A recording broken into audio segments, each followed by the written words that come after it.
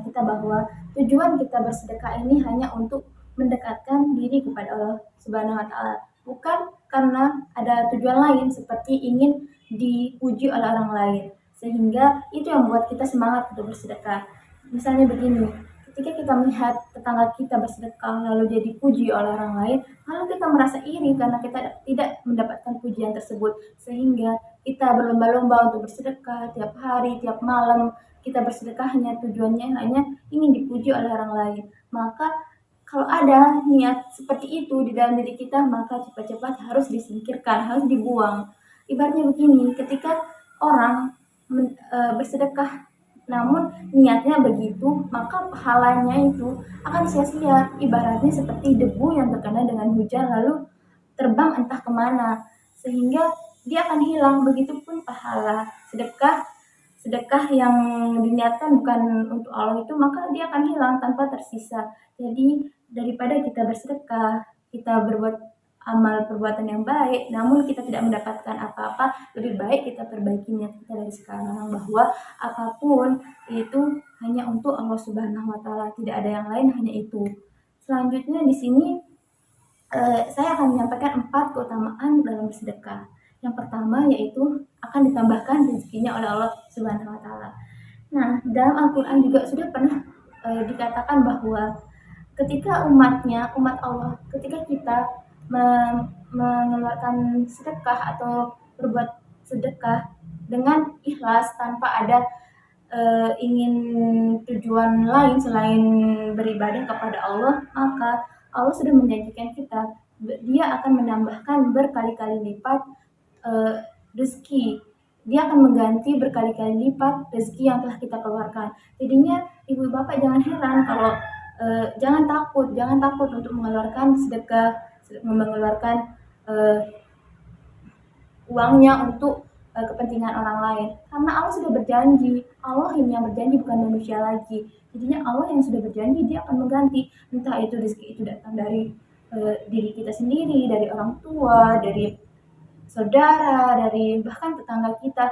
Intinya ini kita tidak bisa duga rezeki itu datang dari mana, karena yang seperti yang kita ketahui itu Allah maha besar. Allah bisa melakukan apapun tanpa kita duga gitu. Yang kedua yaitu ditinggikan derajatnya. Selain yang pertama itu, Allah juga berjanji bagi orang yang bersedekah maka akan ditinggikan derajatnya. Bukan hanya orang yang menuntut ilmu saja yang akan ditinggikan derajatnya, melainkan orang yang bersedekah juga akan ditinggikan derajatnya. Selain ditinggikan derajatnya, Allah Subhanahu wa taala berjanji akan memberikan kita ketenangan di dalam hidup, di dalam menjalankan kehidupan. Berbeda dengan orang yang bakhil, Allah akan memberikan mereka tidak ada rasa ketenangan, tidak ada rasa kenyamanan.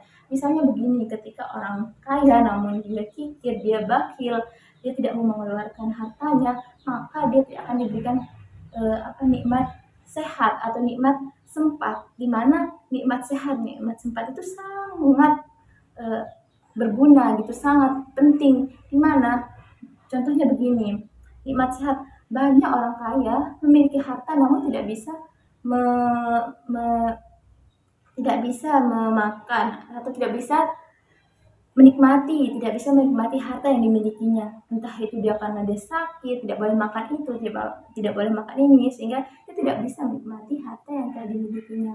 Yang kedua itu nikmat sempat. Di mana nikmat sempat ini karena mereka kaya, mereka terus di pikiran mereka hanya uang dan uang, maka di sana mereka berlomba-lomba untuk mencari uang, bukan untuk berkumpul dengan keluarga, bermain, bercanda, dan lain sebagainya.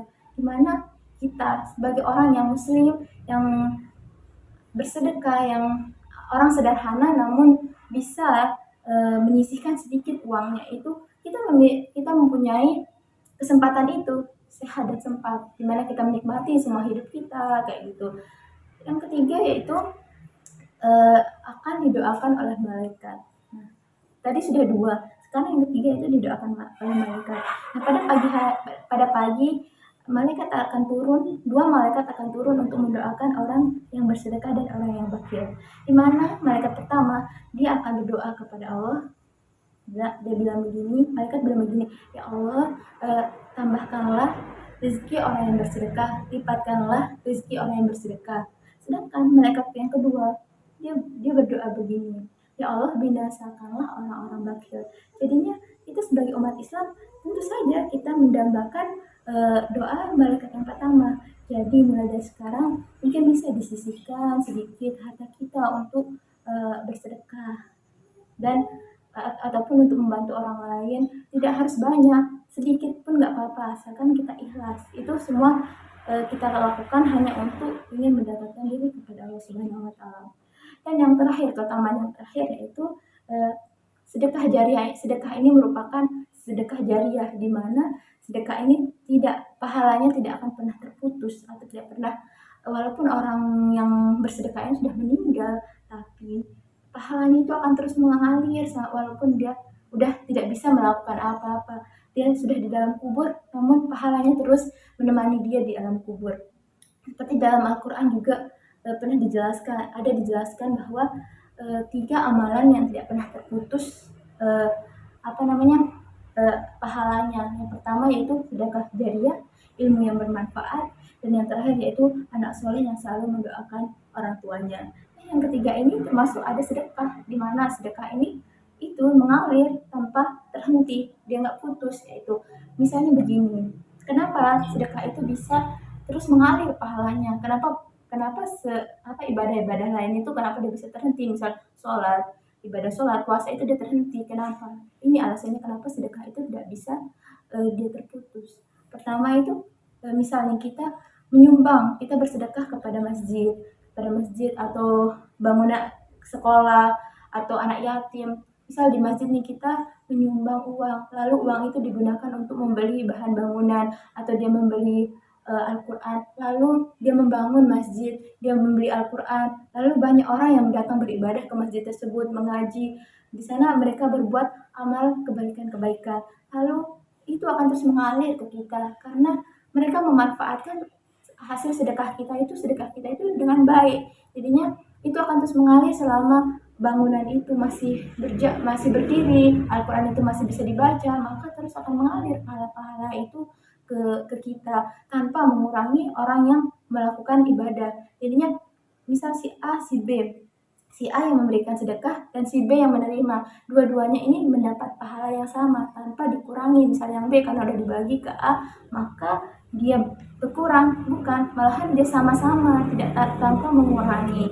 Nah, jadi sebelum saya tutup, saya mempunyai saran bahwa eh, perbaiki niat segala, karena sesuatu itu diawali dengan niat, dimana ketika niat kita bagus maka Allah akan mempermudah jalan kita. Jangan takut untuk melakukan suatu hal yang